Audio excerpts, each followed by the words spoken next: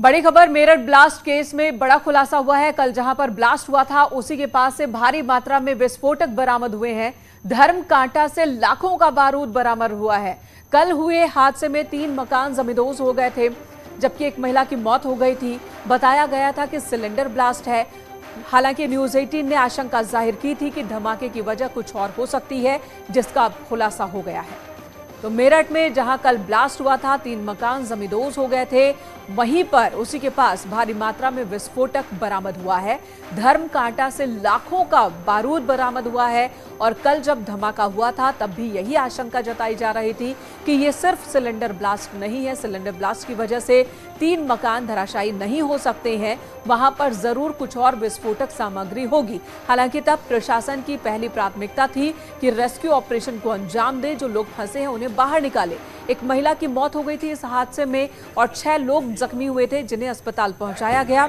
और अब जो आशंका थी वो सच साबित हुई नजर आ रही है। जहां पर यह हादसा हुआ था 60 खुटा रोड के पास, वहीं से कुछ दूरी पर विस्फोटक बरामद हुआ है और लाखों का बारूद बताया जा रहा है जो बरामद हुआ है। धर्मकांटा के पास से बरामदगी हुई है और पुलिस इसका कनेक्शन कल के विस्फोट से भी देख रही है, जांच कर रही है। कल मेरठ के लिसाड़ी गेट इलाके में ब्लास्ट हुआ था। एक घर के अंदर धमाका हुआ था, 3 मकान ढह गए थे, पूरा का पूरा मकान जमींदोज हो गया था। और तब भी न्यूज 18 ने यह सवाल उठाया था कि सिर्फ सिलेंडर ब्लास्ट की वजह से इतना बड़ा हादसा नहीं हो सकता। और अब जो एंगल सामने आ रहा है, जो बातें सामने आ रही है कि विस्फोटक में धमाका हो सकता है। बारूद बरामद हुआ है इलाके के अंदर ही। निखिल हमारे सहयोगी इस वक्त हमारे साथ हैं। निखिल, क्या इंफॉर्मेशन मिल रही है? ये जो बारूद बरामद हुआ है, इसका क्या कनेक्शन कल के धमाके से?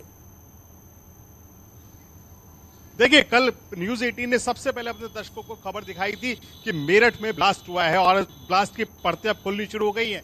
जहां कल ही आशंका जता दी गई थी कि धमाका खाली सिलेंडर ब्लास्ट से नहीं बल्कि विस्फोटक भी वहां मौजूद था, घर में पटाखे बनाने का खिला था। और आज घर के ठीक पीछे जो धर्म कांटा था वहां से भारी मात्रा में लाखों का विस्फोटक बरामद हुआ है। गंधक, पोटाश और जो पटाखा बनाने के रैपर है, गत्ता है, वो सब बरामद हुआ है। आज पुलिस ने वृहद अभियान चलाकर छापेमारी की कार्रवाई को अंजाम दिया है और जहां से लाखों का विस्फोटक बरामद हुआ है। इस पूरे मामले में सीईओ कोतवाली अरविंद चौरसिया ने कमान संभाली है और जिसके बाद सिटी मजिस्ट्रेट की मौजूदगी में इस विस्फोटक को नष्ट किया जा रहा है। मुस्किम, जिसके खिलाफ कल एफआईआर दर्ज हुई गंभीर धाराओं में, वो अभी फरार है। और ये जो धर्म कांटा है ये मुस्किम के भाई का ही है। मुस्किम के बारे में न्यूज 18 ने जो पड़ताल की है उसमें मैं आपको बता दूं कि मुस्किम पहले भी जेल जा चुका है विस्फोटक के मामले में। बागपत और मेरठ से वो जेल जा चुका है और ये एडिक्टेड है विस्फोटक का काम करने में, पटाखे बनाने में। यानी मोटे मुनाफे के लिए ये विस्फोटक बनाता था और पटाखे बनाता था, जिसको लोकल मार्केट में सप्लाई करता था और घर घर इस कुटीर उद्योग को चलाया जाता था। मैं आपको बता दूं कि पुलिस की नाक के नीचे पूरा का पूरा पटाखे बनाने का गोरख धंधा यहाँ पर चल रहा था। यहाँ पे घनी आबादी का क्षेत्र है, लेकिन उसके बावजूद अब तक किसी ने इसकी शिकायत नहीं की थी। लेकिन आज जब विस्फोट हो गया तो उसके बाद अब प्रशासन और पुलिस जागा है, जिसके बाद अब अभियान चलाया जा रहा है। अब कल रेस्क्यू ऑपरेशन चलाया गया जिसमें एक महिला की मौत हो गई और जबकि 7 लोग निकाले गए। लेकिन आज यहाँ पर वृहद अभियान चलाकर अब विस्फोटक खंगाला जा रहा है कि कौन कौन लोग इस विस्फोटक कारोबार से जुड़े हैं, कौन कौन मोटे मुनाफे के लालच में लोगों की जान को खतरे में डाले हुए हैं और कैसे ये कारोबार चलता है। तमाम पहलुओं पर पुलिस जांच कर रही है। लेकिन आज लाखों के विस्फोटक की बरामदगी हुई है, जिसकी बारूद बरामद किया गया, लाखों का विस्फोटक बरामद किया गया, केस भी दर्ज हुआ है। लेकिन कोई गिरफ्तारी, कोई धरपकड़ हुई है क्या इस बारे में?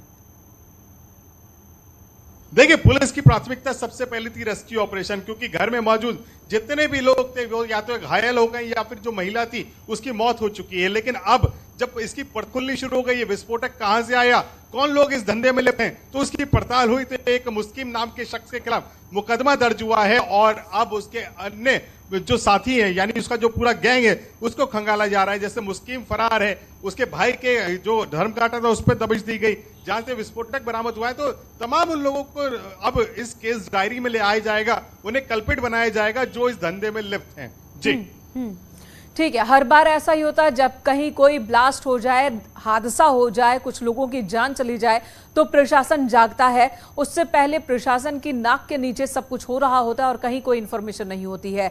आपने बताया पहले भी केस दर्ज हुआ था और तब क्या एक्शन हुआ था और दोबारा से उसी काम में वो कैसे लग गया?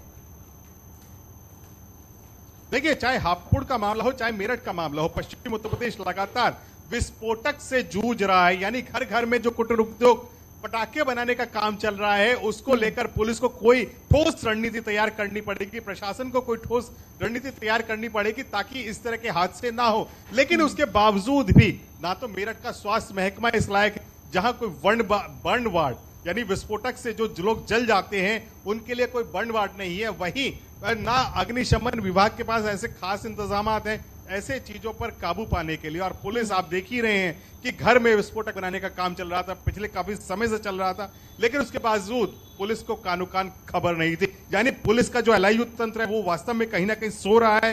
जो बीट कांस्टेबल प्रणाली है वो ध्वस्त है और जो पुलिस दावे करती है कि पल पल की जानकारी है, तो उसमें कहीं ना कहीं उन्हें और भी ज्यादा तेज होने की जरूरत है। पल पल की जानकारी हुआ के दावे में सच्चाई है या फिर मिलीभगत है, ये भी देखने वाली बात है। कई बार मिलीभगत का भी केस होता है स्थानीय लेवल पर।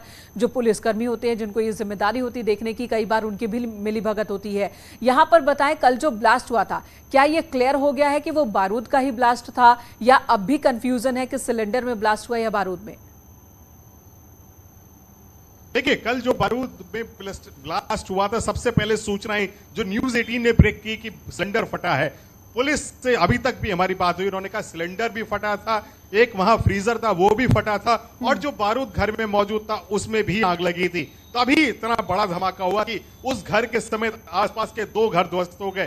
पूरा का पूरा लिंटर गिर पड़ा, उसके मलबे के नीचे 7-8 लोग दबे थे जिन्हें पुलिस ने रेस्क्यू करके निकाला। यानी 3 घर जिस बारूद ने डुबा दिए, जिसने ध्वस्त कर दिए, आप सोचिए कितना भयंकर धमाका रहा होगा। ठीक है निखिल, तो अब बारूद बरामद हुआ है, पुलिस जांच पड़ताल में जुटी है, केस पहले ही दर्ज हो चुका है। आगे क्या एक्शन होता है वो भी हम दर्शकों को बताएंगे।